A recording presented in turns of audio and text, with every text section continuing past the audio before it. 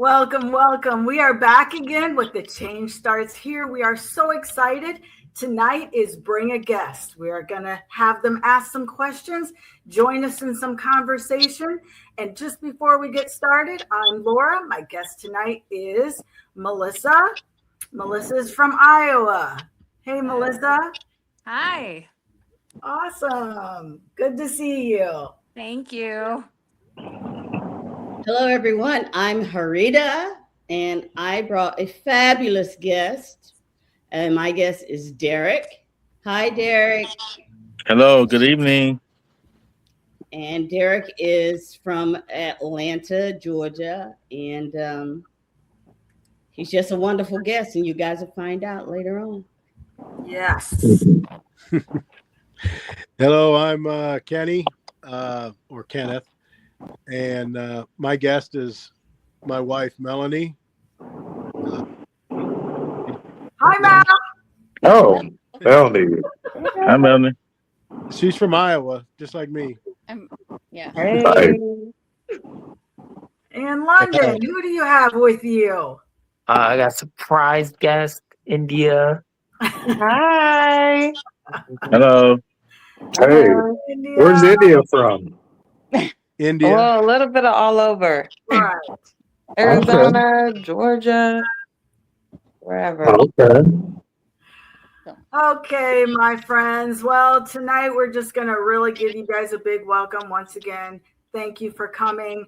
And does anyone want to start out? Does anybody have a question or a great conversation that they would like to start tonight evening?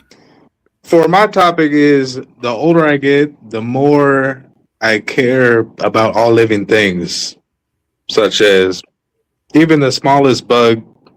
I'm starting to believe everything has a purpose, and I'm caring more about their lives. I'm not about, I'm not pushing save the whales and all that stuff, but I see things different. Like if I see a spider or something now, I may not kill it. I might move it somewhere else, but I believe every living creature has a purpose now, more than I used to. That's really awesome. Yeah, that's Yeah. cool. Yeah, I That's agree with that. actual- if everybody was doing that, There'd be a lot of spiders. yes. Yeah. Well, and the spiders eat a lot of the bad insects we don't want around. So That's They true. do. Very But true. but even as the nature talks that we've had, if you don't litter, and everybody just took that to heart, there wouldn't be trash everywhere. Right. Mhm. So good start, Holden. But Kenny, Yeah. what do you think that is, though? Because, when you go to other countries, and again, I'm going to always go to Asia, and I'm going to just use Asia because Korea and all of them seem to be so clean. But it's clean for a reason. It's clean for purpose. It's because they love their country and they value the land. They value everything, like you were saying, Holden. But here in the States, we're not like that. It's not like we value much of anything. We go in our neighborhoods and you're like wondering, are you at a landfill or are you in a neighborhood, because people just throwing trash and stuff everywhere. So, I don't know. Holden, how did you come to that? How do you think you arrived there about just caring about everything? I think really it's been, I say, the past 4 years or something. I think being in nature, being outside more brought that. I would say walks in the park brought that, you know, just hanging out outside a lot. Mindfulness. Yeah. Mindfulness is incredibly important. And I will be the first to say there was a time when I would see a bug, I would definitely step on that bug. Just hands down. Now I'm definitely more mindful of insects. There are certain insects that I will still kill. If a mosquito lands on me, I promise you, if I can catch it, it's going to die. Okay. But when I see things walking on the ground, that's cool. The other thing that I also discovered, it's funny that you said that because I don't litter. I don't litter. I have a fit when I see other people litter, but I was spitting out my gum. I was like done with it. I throw it out the window. And then I'm like, if a bird picks that up, is that bird going to choke and die? So of course I looked it up, and it's just like the worst thing you can do is put your gum out, because birds actually peck everything that they find on the ground, and they do choke on it, or it sticks to their beak and it kills them because they're not able to eat properly. So from that point on, I haven't spit out my gum either. It's just all the little things that really make a huge difference. Looking at an NDE video that I was watching the other day, that was actually in that person's life review. They were just randomly throwing out napkins and stuff. They get done with their McDonald's stuff. And in the life review, they showed him, yes, you think you're only throwing out this one item. But then they showed him the children of India and how everything goes into the water system, and how he is actually helping poison the kids who are living in those very sickly areas in those water systems, and how he was actually part of death of children across the world. So that's really a good way to start, is like, you got to be conscious of everything you do. Because we were talking about our environment also, and how that's a part of our healing also. And a lot of people don't think about that. Last podcast I was talking about create your own blue zone. Yeah. And I'm pretty sure in those blue zones, people aren't throwing out McDonald's because, one, they're not eating McDonald's. That's the thing.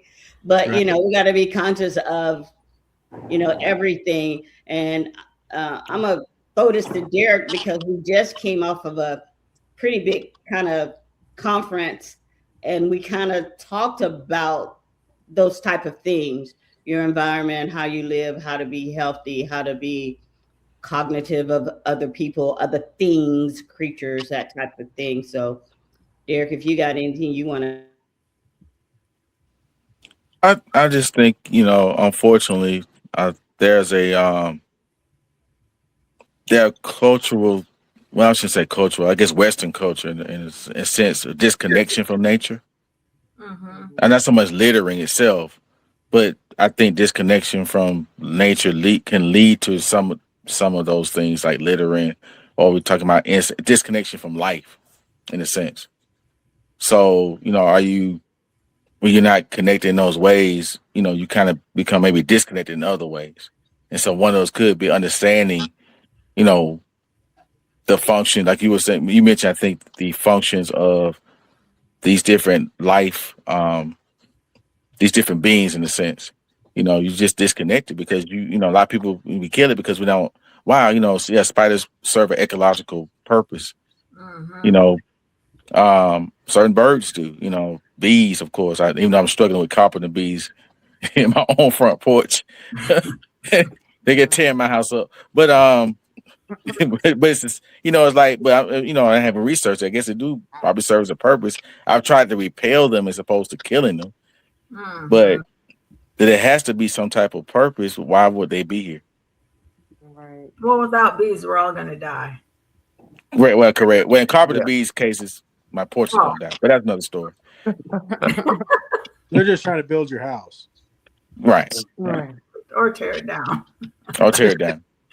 Luckily, 90% is hardy plank, but of course, not facial board. Seeing them as a living creature, as life. Correct. So that's not my first thought to kill them. That's great. What were you gonna say, Kenny? Well, it just led me to think. Now,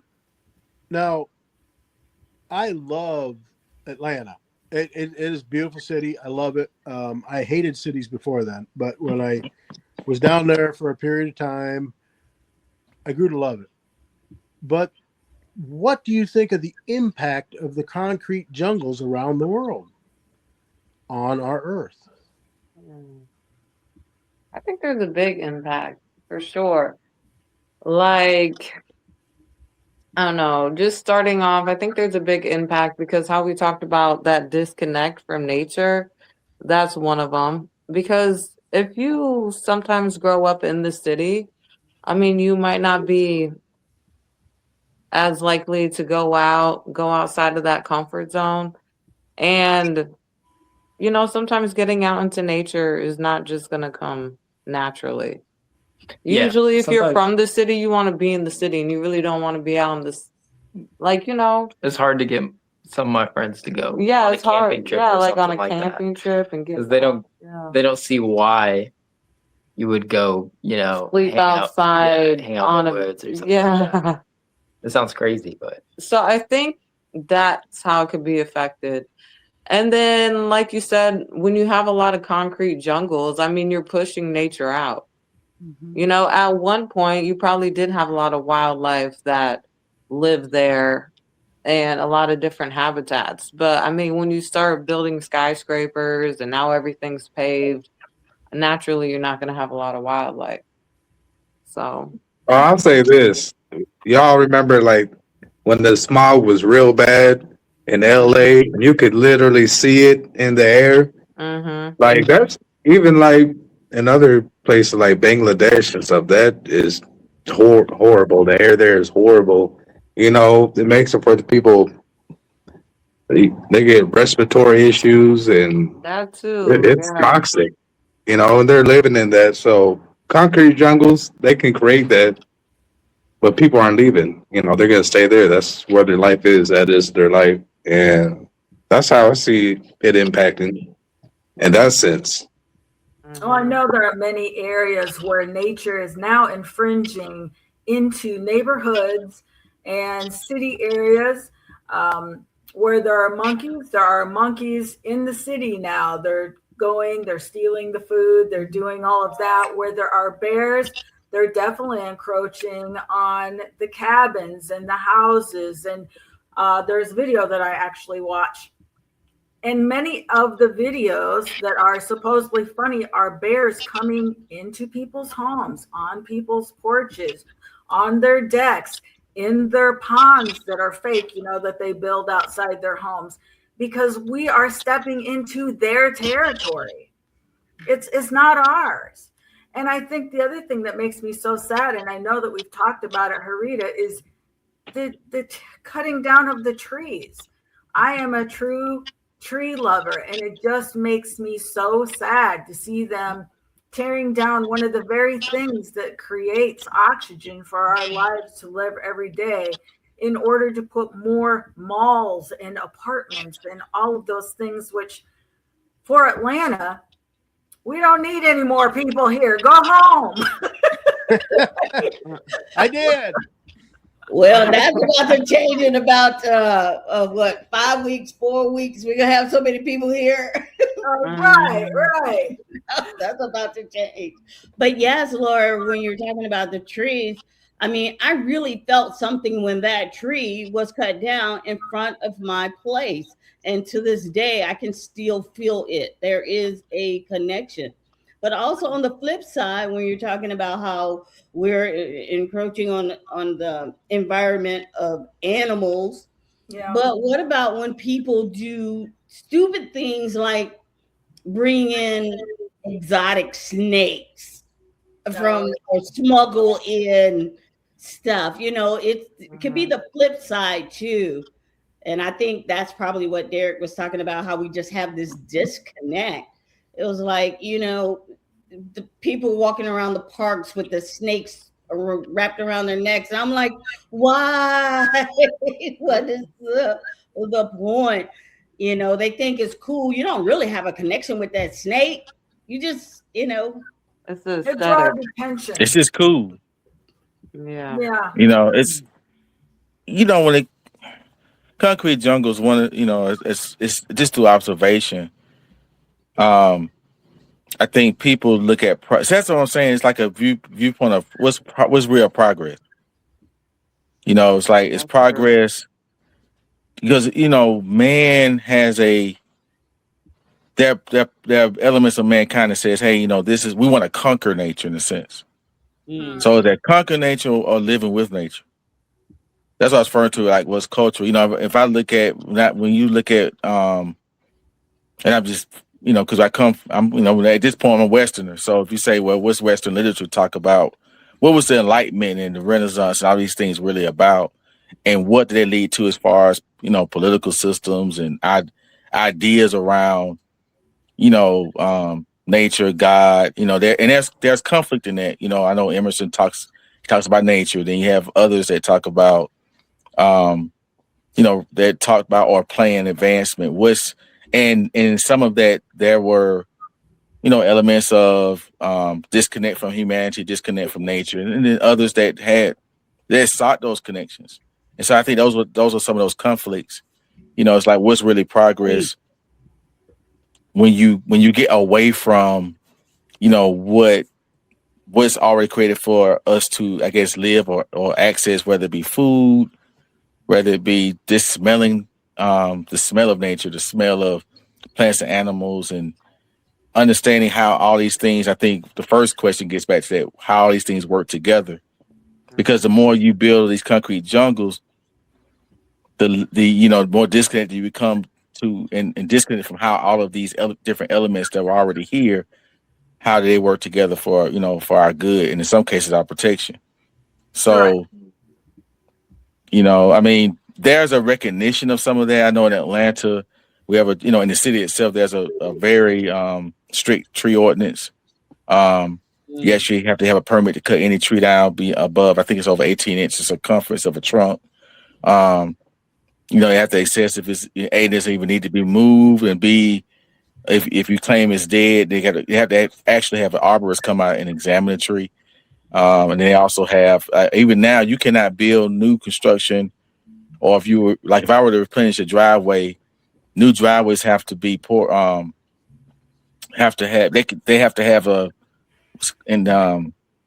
oh goodness, my brain just had a brain fart. But basically, you have to have a way for water to filter through, i.e., you can use like concrete, small concrete pads that allows for joints to, because they're having a flooding problem. The streets, all the runoff, it becomes an issue. So, there's a recognition of, wow, all of this pavement is detrimental to actual lifestyle and living within these communities where, especially in Atlanta, where we're very hilly, and if you live at the bottom of the wrong hill, it could be a really big problem. Right. So, yeah. And in my case, like I'm approximately 3.5 miles from downtown. We still get coyotes and deers. Right. It's very, and it's, if you know this, the history, Atlanta really is really late to expansion beyond what's really they call a belt line now. Really, everything beyond the belt line was probably added in the last 70 years as far as annex. So, a lot of these places, like where I live, even though I'm 3 miles from downtown, was rural 70 plus years ago. It's not long. Right. And so you still, and I'm right next to a 60-acre park. Right. So, you just never know. We understand the history of how these things have developed, and it also influences those concrete jungles, and it's almost in some cases a benefit ecological to live in these annex communities, although close to the city core. You still maintain, maybe even less pavement, although it's looked at as maybe in some cases disinvested. It may be an advantage to having that disinvestment. I never thought about it that way till you brought that question about concrete jungle, though. Yeah, that's That's cool.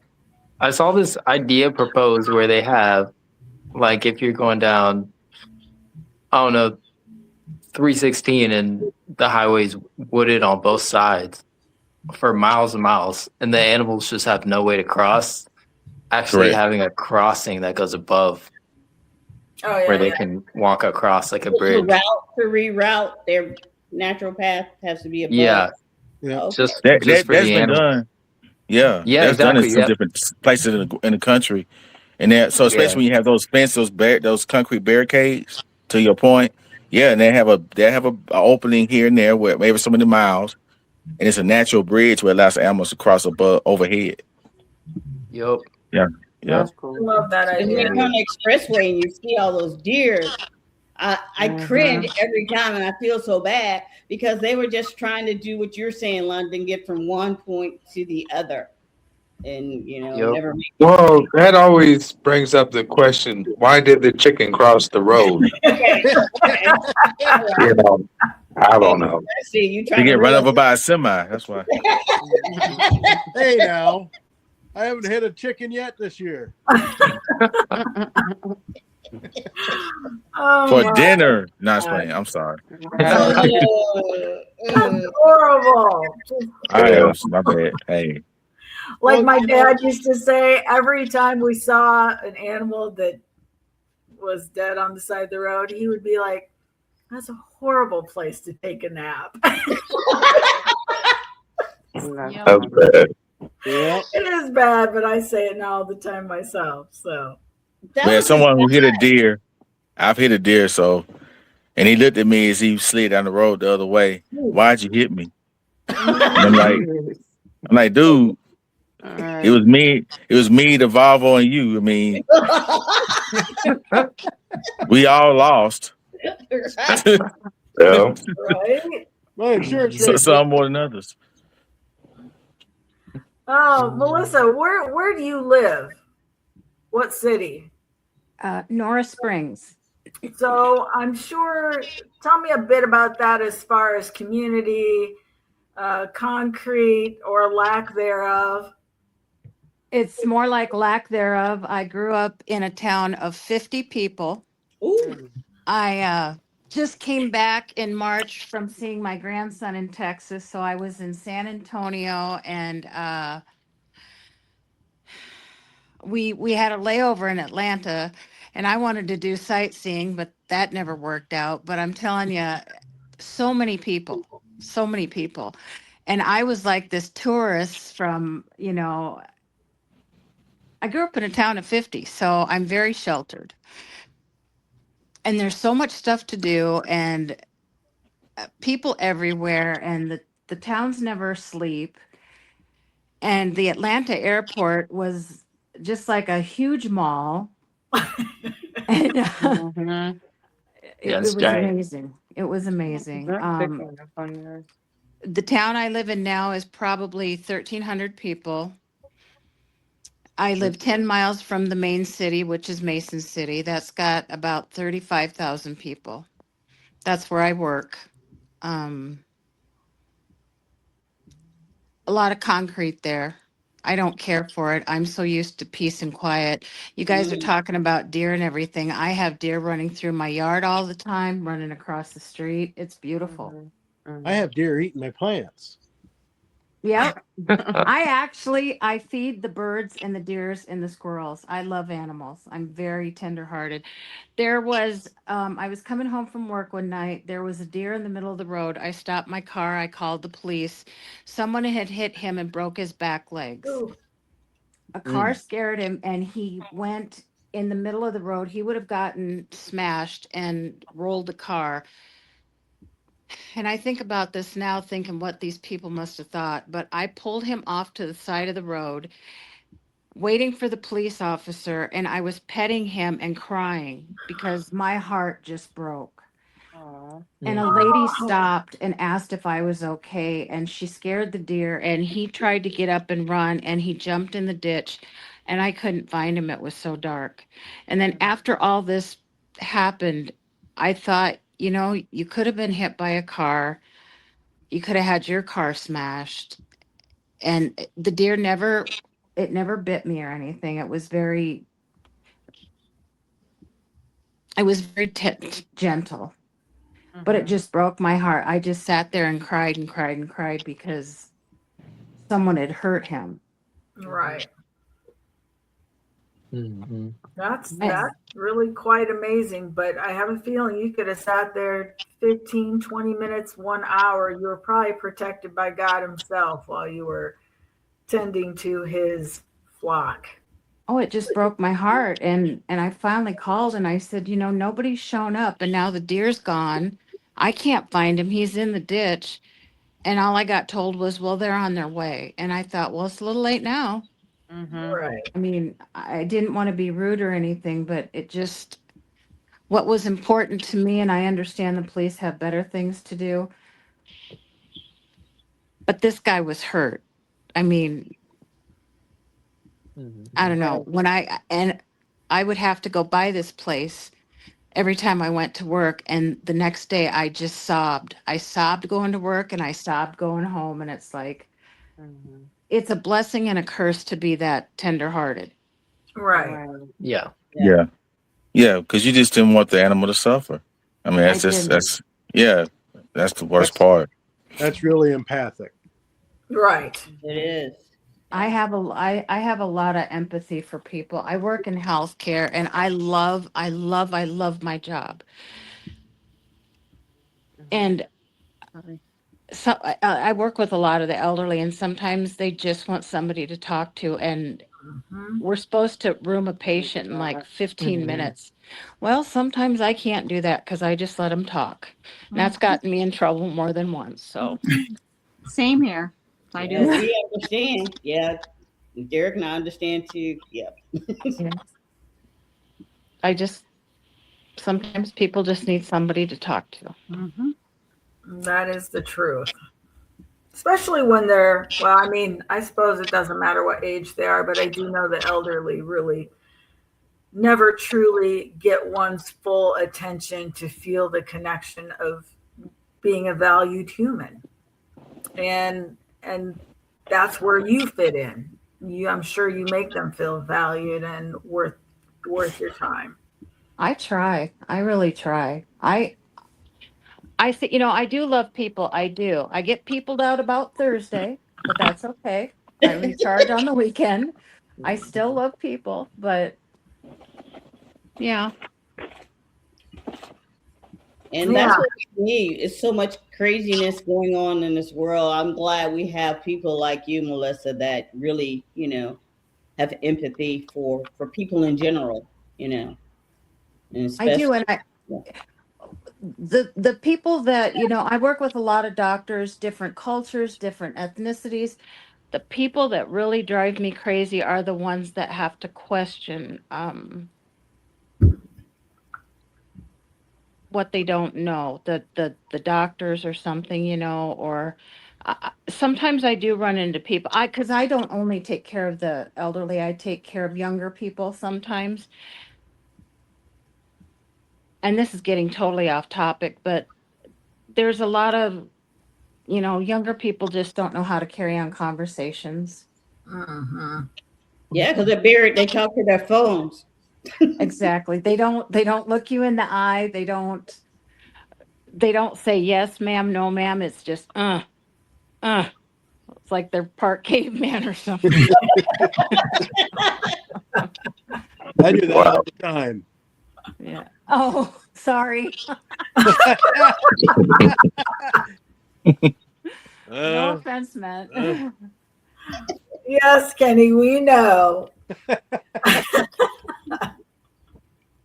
Well, I think it's really important to have empathetic people. I mean, I think that's just a part of human nature. Unfortunately, there are many, many people who have separated from that in first and foremost self-preservation, and secondly, like Derek was saying, we are just so separated from everything that's really going on, truly. And I think we need to, have that movement towards community once again, which is what this is. The conversations of community, joining your community, finding your tribe, finding your people who you can vibe with and grow with and expand with. So, and also expose, because that's what we're doing also. We're trying to, maybe there are people that don't know that they really belong to this tribe, or they don't know if they really belong to this particular community. But whatever, the things that we're saying may end up sparking an interest or pique their interest at least to listen and say, you know what, that's the direction in which I want to go. Because people can change. Will they? I'm not sure, but people can change, and people do change. You know. Right. Well, people cannot change for someone else. They can show their representative for X amount of time, but that eventually plays out and they go back to their regular selves. However, if they change for themselves and by themselves, they will remain changed. It just depends on what they're looking to, create in their life. So I think also like little things like Holden was talking about, I no longer want to step on bugs or kill bugs. But you know what? That's part of his spiritual evolution. We talk about the new earth and the changes that are coming about. That's actually part of it. That's actually a sign of his evolving spirit raising its vibration and to a new level. So there's just a lot of things going on. I'm sure that a lot of us can talk about things that 2 years ago we didn't maybe care so much about, and now today we actually care and advocate for that purpose or that thing or that experience. Yeah. That's deep. I just want to interject there. Somebody said about people carrying snakes in parks. Nope, they gotta go. Mm-mm. You need to go to Atlanta. You're not gonna pet the snake? Nope. Nope. Most of I'd the be people you crying- see in the my- park downtown, they The got dogs. tears would be running down my legs. I'm that terrified of them. No, I understand. I'm not trying to pet a snake either. I'm just messing with it. Oh. You can't cuddle with the snake, guys. I'm sorry. No. No. No, but No. you can buy a nice pair of boots. Sorry.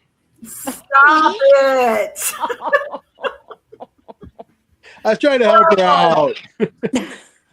I wouldn't do that. No, I'm not so sure. you are more right than you know. London, when you go on those camping trips, it's pretty primitive stuff. Do you fear a bear running up on you or anything like that? You said what? Is it When you what? go camping, you're pretty primitive when you go camping. Do you fear an animal coming up to the campsite or anything?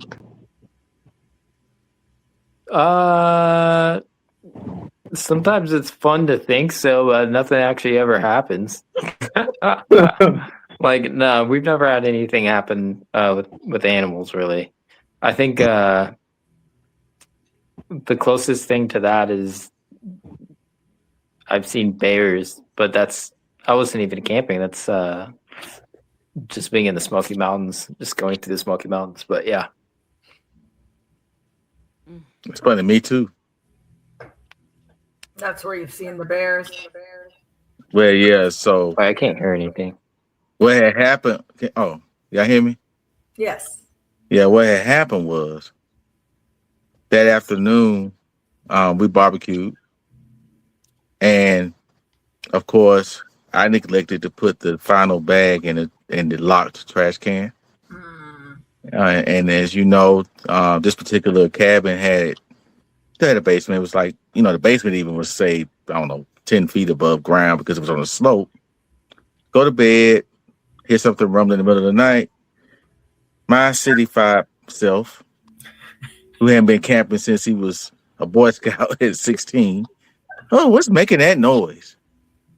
So I go out and look, and the bear's on the ledge of the deck. He's looking at me, I'm looking at him. And I just turned back around and walked back in the room very quickly because I figured that all was outside belonged to him.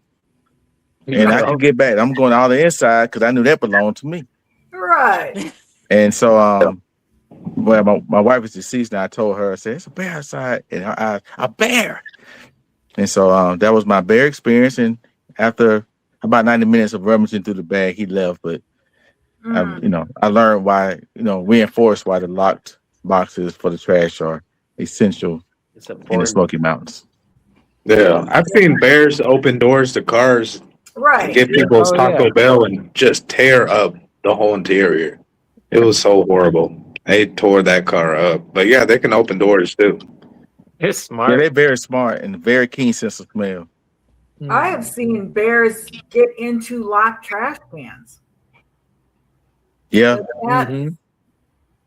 a little scary. Actually, the one that I'm talking about, the locked trash can was at a school. And even though it was locked, they thought they couldn't figure out why stuff was all messed up. And then they saw a bear getting out. Oh, So the guy came in and locked it so a bear couldn't get in. And the bear came back and he pushed up the lock and with the other paw got in. And then he stayed there until the principal come out to throw garbage away. He unlocked it, lifted the lid, and as he threw the garbage in, the bear jumped out. Yeah. Well, Wow. wouldn't that make you have Scary. to change your underwear? right. Yeah, yeah. I was just saying that, that it's nice to share our experiences with nature, our connections. And that's what you guys are doing is sharing a piece of yourself and your connection to nature. And I think that's cool. Anybody else have anything to add? I mean, my connection with nature was pretty much military. that's nature. Well, I slept I slept out in the woods Oh, a lot. Yeah. Wyoming, comeback to me. Panama. I've been everywhere. Yeah, that's crazy. I don't have a connection to animals like that. I like them, but I'm not probably going to go to the cabins that often. If it is, it's going to be probably a hotel that's high up. Hotel. With a ski lift. Actually, cabins are cool though. Actually. Gondola. I mean, especially these modern cabins. They have everything you need, but the good. But you are close to nature at the same time. If you go out, venture out, you venture out there outside. It's the nature. So it just depends on what day it is. Now I've seen those videos with like somebody was saying about the bears and the cars are coming up on port. Now I don't listen. I'm not trying to figure out if the bear's yogi or not. I mean, if I see a bear, I figure he's there for a reason. Again, it goes back to ecology. He has a right to the outside. And I would give it to him. And I would lock the door knowing that he can get in cars now. So thanks for that. Tip. That's a pro tip. Yeah. Yep. Yeah. And I have friends that had bear sightings in Alaska. And those are not like these black bears. No, those are real bears. Yeah, those are different bears. So They're not gummy bears. I've heard so many stories. I'm like, And they're hungry. yeah. That's the key fact. They're big. Yeah. My grandson used to live in Alaska, and the last time we were there, my daughter rented a bed and breakfast. And I was up early one morning and I thought what I saw on the wall was a dog collar. And I can't see far away. I didn't have my glasses on. And I had told her that when she got up that morning, we would go for a walk because it was in like just off country path road. It was beautiful there. And he had chickens in a pen and it was gorgeous. And I walked over there. And it's a handle for bear spray. And it says, this is what you do if you come across a bear. And she got up and I says, we're not going for a walk. Oh, no, we're not going for a walk. And the day we were going to leave, honest to God, this happened. It was very, very quiet outside. The chickens weren't making noise and it smelled terrible. And I said, don't go outside. I wouldn't let her put the bags in the car. I said, something's in the woods because the woods were just a little ways out there. You could smell this horrible smell. I said, I think there's a bear out there because the chickens, everything was quiet, not a sound. So I said, I'm going to put the bags in the car.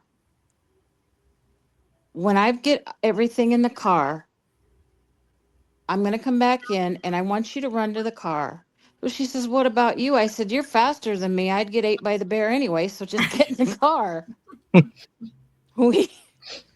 So she gets in there first. And I go after the car and it's like, it's still. And I said, do you smell that? And I mean, we left there and it stunk so bad, so bad. And then when we left, Look at Laura. the lady that we knew there, she said 3 weeks later they had a race, a 5K race, and they register everybody. Well, after the race, they couldn't find the 16-year-old boy. So they went looking for him. And true story, they went looking for him and they happened to notice a black bear that had been in on the edge of this racetrack thing. And they shot him and they dissected him and they found the boy. It was awful. So I'm terrified of bears. And the elk up there, those elk are just huge. Yes. It's like putting 2 7-foot men on top of each other's shoulders. They're huge. Wow. And a guy came out of a store and went around and didn't know that a mother elk had its baby there, and it rammed this gentleman with its elk horns, I don't know what you call them, and killed him. Holy heck. Yeah, it's just I don't want to go. I mean, it was nice to visit, don't get me wrong, but if I have to watch out for stuff like that, no thanks. So Holden, can you pose your question? Things that you're not going to kill. That is crazy. It is. Yeah, I mean, they can definitely fight back. Fight. I mean, it's about. I remember a deer killed a man in like maybe either North Fulton or Cherokee County in Atlanta area about 15 to 20 years ago. And I guess, again, it could have been a situation when it was I don't know, the deer had, was a female or doe or whatever. But yeah, basically, just one of those panic situations. I guess he was going to just put some in the trash can. The deer happened to be out there and they got into a tussle and the man unfortunately lost his life.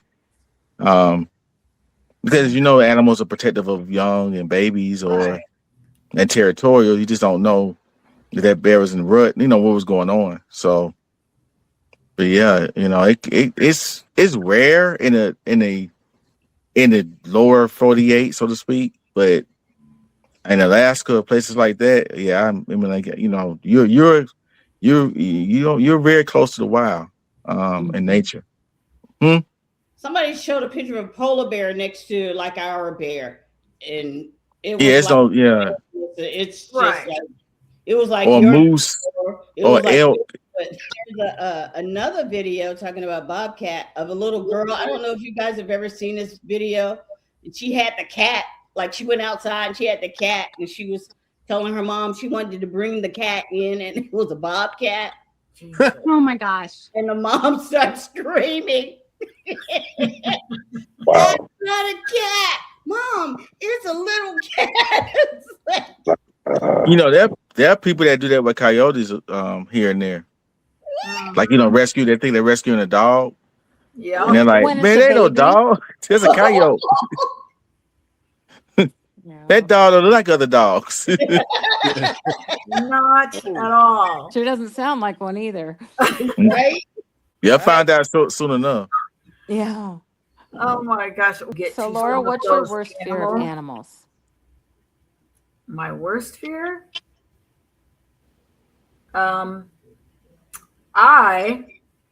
don't really have any. Well, there's one animal that I fear hands down. That's a mouse.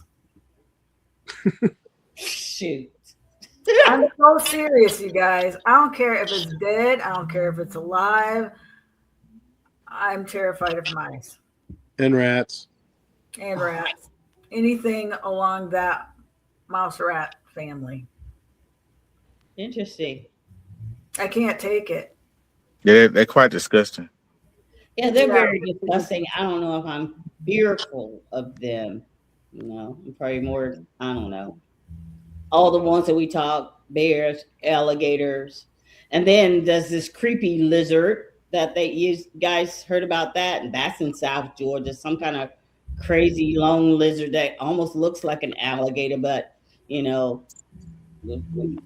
crawling up the side of your house. It could be sitting on the top of your house. Just creepy.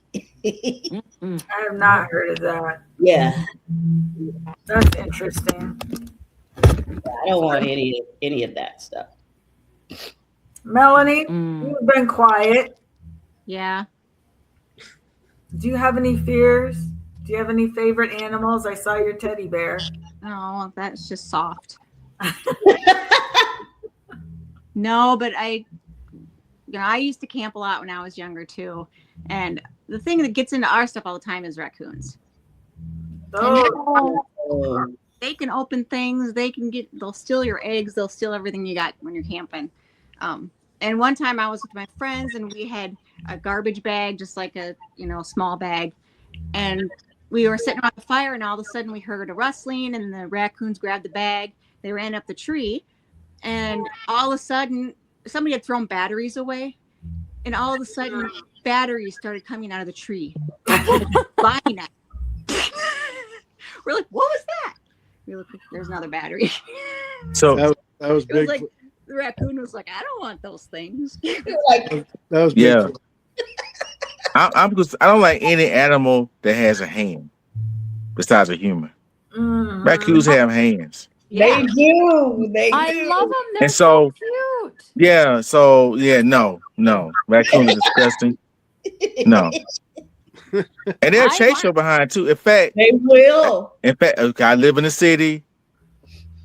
We have a house that needs to be torn down next to me, and guess what's in that house? Yeah. No.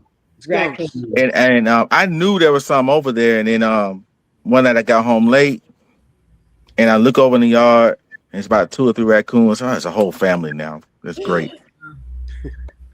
They are So- cute. They are mean. But I lie in my yard, so they kind of come in my side. But I can't wait till they tear this house down. Mm. Yeah. Good. I held a baby raccoon once. They are just precious. But They're only precious. Yeah, they're precious for a very short time. And I carry with me a stick when I walk, and if they come the wrong way, I'm sorry. I'm not going to feel sorry for what happens to that raccoon. But I will pray for it. well, Yeah, I think would of me pray for before you you. whack them. Yeah, that raccoon would get the business. I'm sorry. Oh, my God. He said, That's so mean. the way he said it was so perfect. Well, he might grab my stick, and I mean, there are only one short means by which of evolution to get me. I better get him first. That's right. I'm doing us forget all to a say favor. 4. That just goes back to nature and survival of the fittest. It's survival of the fittest, and there's Dominion, and I'm going to take mine. Derek, you have to reason with them. Okay. Oh, Yes, Lord. Hit 'em, you they gotta have say, opposing thumbs. I'm not reasoning with something like that. They're not thumb wrestling. If you hurt one of them, they'll bring their whole dang posse to you. All right. Well, again, I live in the city. I have some posses too.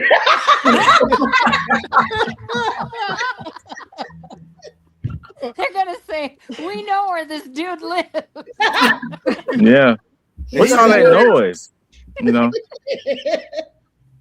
And you're gonna pull up one night, and you're gonna see nothing but striped eyes. Oh, my All God. in front of your Yolana's house. Like a You're game. probably right. You're probably right. Why'd you need an AR-15? Well, let me explain. No, it's fine. I needed to What sell had some happened skin. was Right. It's right to carry. Right to carry. Oh my God. Yeah. Honey, Yeah, if it's gonna be a coon or me, it's gonna be me. I'm sorry. It's what it is. Oh my gosh. Horrible. Oh, Yeah. Oh, Well, This it is is gonna be a about good- that this is gonna be a time, and I we haven't are laughed going to that start hard forever. slowing this down. I can't tell you how much I appreciate everybody coming tonight. Thank you to our guests. We absolutely adored having you. You made it fresh, you made it fun, and you made it about animals and raccoons and bears. That was the vibe. That was the vibe in the track. Yeah. Oh my gosh. I wish all of you the best of nights. Don't forget to like, share, and follow. If you would like to be a part of our podcast, just direct message me and give me your email, and we will invite you to our next week's podcast. Thank you, everybody. Have a Absolutely. good night. Good to meet you all. You have a good evening. Bye. All You right. guys too. Bye-bye. Bye. Bye-bye. Nice to meet you. Nice to meet you. Great meeting you both. All right.